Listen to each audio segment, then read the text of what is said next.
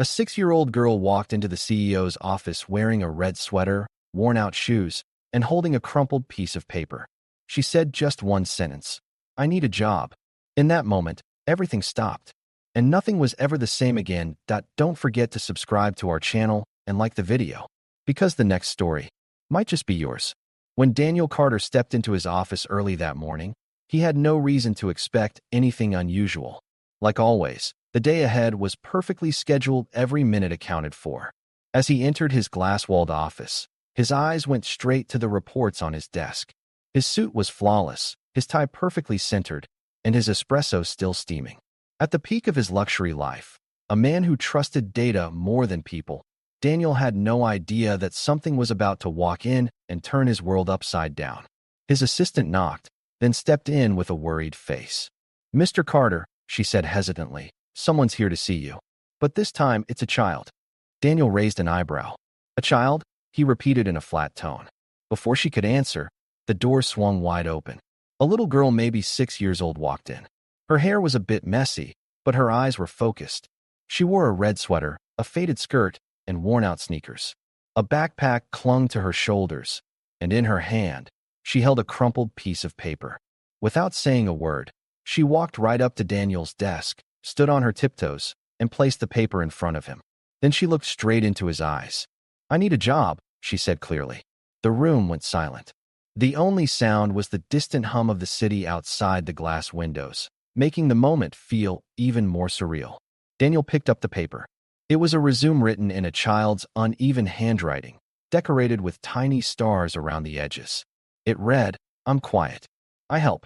I don't cry. I can learn." At the bottom, in one corner, a small heart and a single word, "Please." Daniel slowly crouched down to her level. "Sweetheart, why are you here? You're too young. You don't need a job," he said gently. The girl didn't blink. "My mom is dying." There were no tears, no drama, just a plain, heavy truth. Daniel felt his throat tighten. In that moment, all his power and status meant nothing. This little girl wasn't helpless. She came here alone, with a purpose and the courage to ask for help. "What's your name?" Daniel asked, his voice barely above a whisper. "Lily," she replied. "Lily Grace." And that's when everything began to change for Daniel Carter before he even realized it. Daniel was still staring at Lily's handwritten résumé. Over the years, his desk had seen thousands of proposals, investments, and high-stakes presentations, but none of them had a little heart next to the word "please." The girl sitting across from him was impossibly calm, as if she'd been waiting her whole life for this moment. He slowly sank into his chair and motioned for Lily to sit across from him. She clumsily climbed into the big leather chair, her feet dangling above the ground, but her posture was firm, almost professional. "Do you know where you are?" Daniel asked gently. Lily nodded. "You're Mr. Carter. My mom said people with money can help, when no one else does. You're what's left," she said simply. The words hit him like a quiet slap. So small, so direct, so heavy. He waved for his assistant to step out. When the door clicked shut, the silence returned, thicker this time. Daniel turned back to her. "What happened to your mom?" Lily didn't break eye contact. "She's sick. Really sick. She doesn't tell me where exactly, but she can't work anymore. Hospitals are expensive. We lost our home. Now we stay in one small room. Sometimes dinner is just cereal." Daniel felt something twist deep in his chest. He knew what it meant to grow up with nothing. But he had never, at 6 years old, knocked on a CEO's door. "Does your mom know you came here?" Lily shook her head. "No, she wouldn't have let me. But I saw your name in the paper. Your building is big and shiny. It said you solve things fast. I thought maybe you could solve this too." Daniel stood up and walked to the window, staring out at the city. Thousands of windows, thousands of lives. But none of them had ever walked into his office like this. He turned back, knelt down in front of her. "You're incredibly brave, Lily," he said. "Most grown-ups wouldn't dare do what you just did." Lily shrugged. "It's not brave. When you love someone, you just do it." That was it. That's when Daniel made up his mind. "Let's go see your mom," he said softly. Lily's eyes lit up. "Really?" He nodded. "I can't promise anything, but I'd like to meet her. Maybe I can help." Lily adjusted her backpack. "Mercy Clinic. Room 12. She sleeps a lot, but I think she'll like you." Daniel grabbed his jacket and, for the first time in years, left everything on his schedule behind. He walked out of that glass tower hand in hand with a little girl. This wasn't a meeting anymore. This was something real. That day, Daniel Carter's chauffeur-driven car wasn't heading to a boardroom or a luxury hotel. It was headed to the address whispered by a 6-year-old girl. As the city flew by outside, Daniel didn't look at his phone, emails, or market reports like he usually would. His eyes were on the window, but his mind was still holding onto the words Lily had said. Maybe you can fix this too. It hadn't sounded like a request. It felt more like a quiet belief, pure and unshaken. For the first time in a long time, someone had called on him not with expectations, but with trust. Lily sat quietly beside him. Her small hands clutched her backpack tightly, her eyes locked on the passing streets. She wasn't anxious like a child, nor analytical like an adult. In her eyes, there was only one goal: bringing hope to her mother. Daniel saw something in this girl that he hadn't felt in years, a kind of strength that lived in simplicity. The clinic was a modest building. No flashy signs. No promises of miracles on the walls. But to Lily, this place was everything. As soon as they got out of the car, she held Daniel's hand and walked straight to the door. Inside, the receptionist looked confused at the sharply dressed man, but it was Lily who stole the focus. "Room 12, she said clearly. "That's where my mom is." As they walked down the hallway, Daniel's steps grew slower. He'd attended countless hospital ribbon cuttings and made generous donations. But this felt personal. When they reached the door, Lily reached for the handle. "If she's sleeping, don't be surprised," she whispered. "Sometimes she doesn't even hear me." Daniel gave her a reassuring nod, and Lily slowly opened the door. The room was dim. Rachel Grace, Lily's mother, lay silently in bed. Her skin looked pale, her eyes were closed, and tubes ran along her arms. The only sound was the steady beeping of monitors. Lily walked over, set her backpack on the chair, and gently took her mother's hand. "Mom, I brought someone," she whispered. "The man I told you about." Daniel stepped forward. He placed the crumpled Lily's résumé on the bedside table. "I don't know if you can hear me," he said softly, "but I met your daughter today, and I think she might have just changed my life." Lily looked over at him. "My mom was a nurse," she said. "She helped people. But when she got sick, no one helped her. That's why I came to you." Daniel stared at Rachel's face. There was a tired kind of peace there. "You came to the right place," he said gently. "Now it's our turn."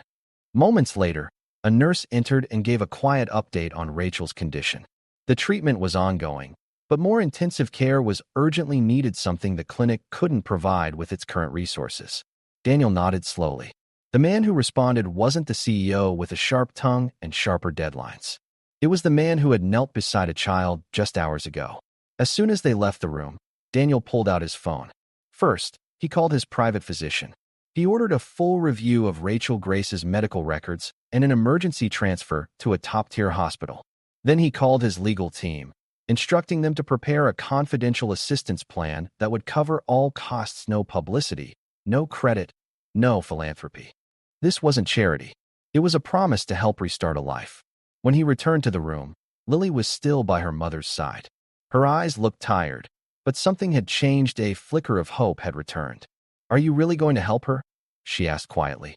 Daniel knelt down and gently took her hand. "Yes, Lily, I promise."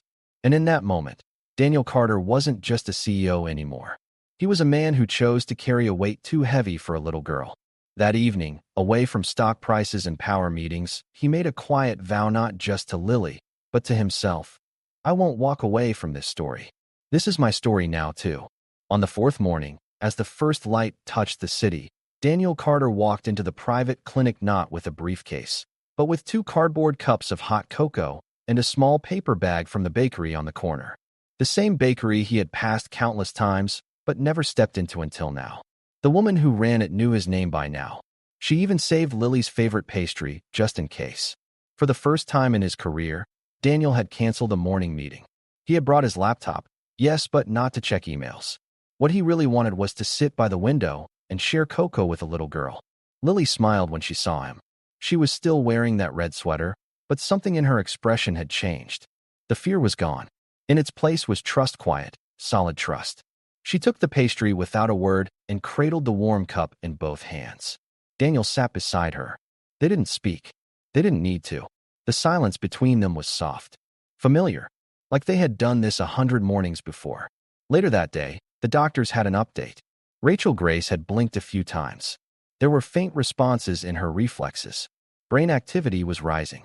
Hope was growing, but no one dared say anything for sure just yet. Daniel read every report, asked every question, approved every step of her care. In the world of billion-dollar deals, he had never tracked anything this closely. That afternoon, he took Lily outside into the clinic's small garden. One of the nurses had found her a little coat that actually fit. She inspected every flower in the garden, gently touching branches and petals as if she were trying to understand them like nature might whisper answers back. On a quiet bench, she pulled a drawing out of her backpack. It was done in crayon. 3 people holding hands. One had long hair, a woman. One had a huge smile, a child. And one wore a blue suit and tie, a man. Is this us? Daniel asked. Lily nodded. It is. If you want it to be. He stared at the picture for a long time.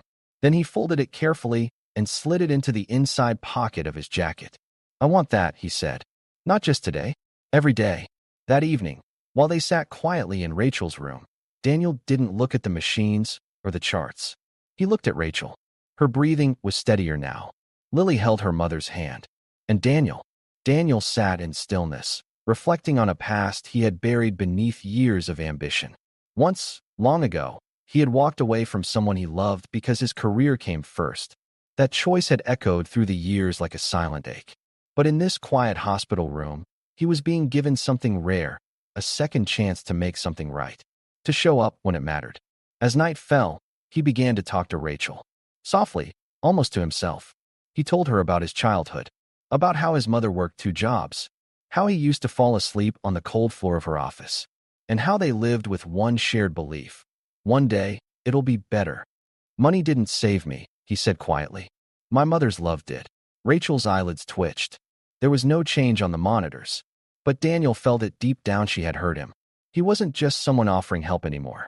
He belonged to this story now, and he wasn't backing out. That night, Daniel Carter learned the most important truth of his life. The highest position a man can hold isn't CEO. It's the hand he chooses to hold when the world gets quiet.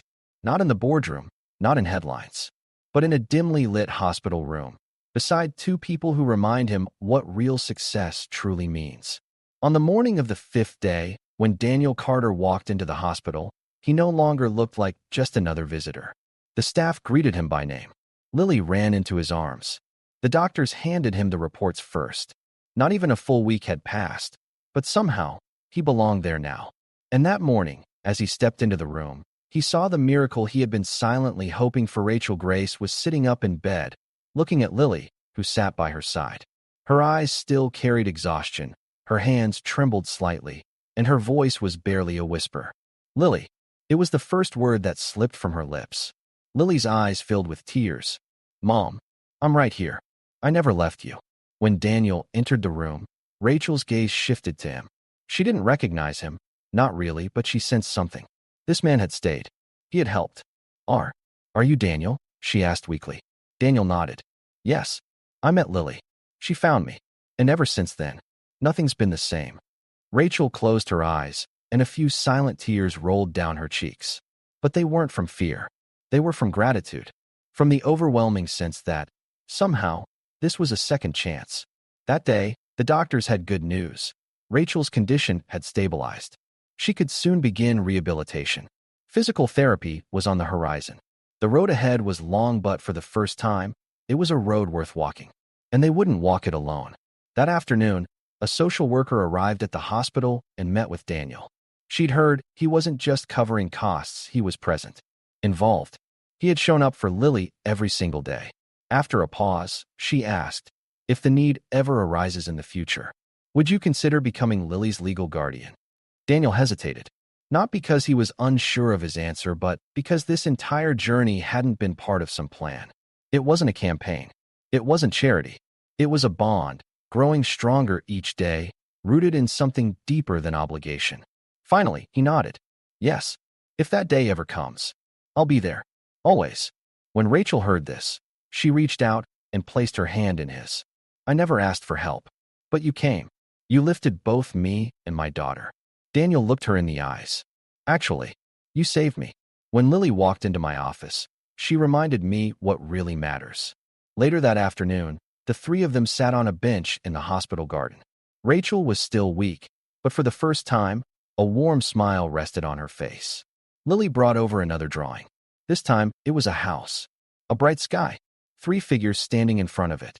"This is us," she said. "This is going to be our home." Daniel looked at the drawing for a long moment.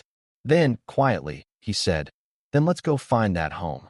That evening, Daniel took them to an apartment he had furnished just for them.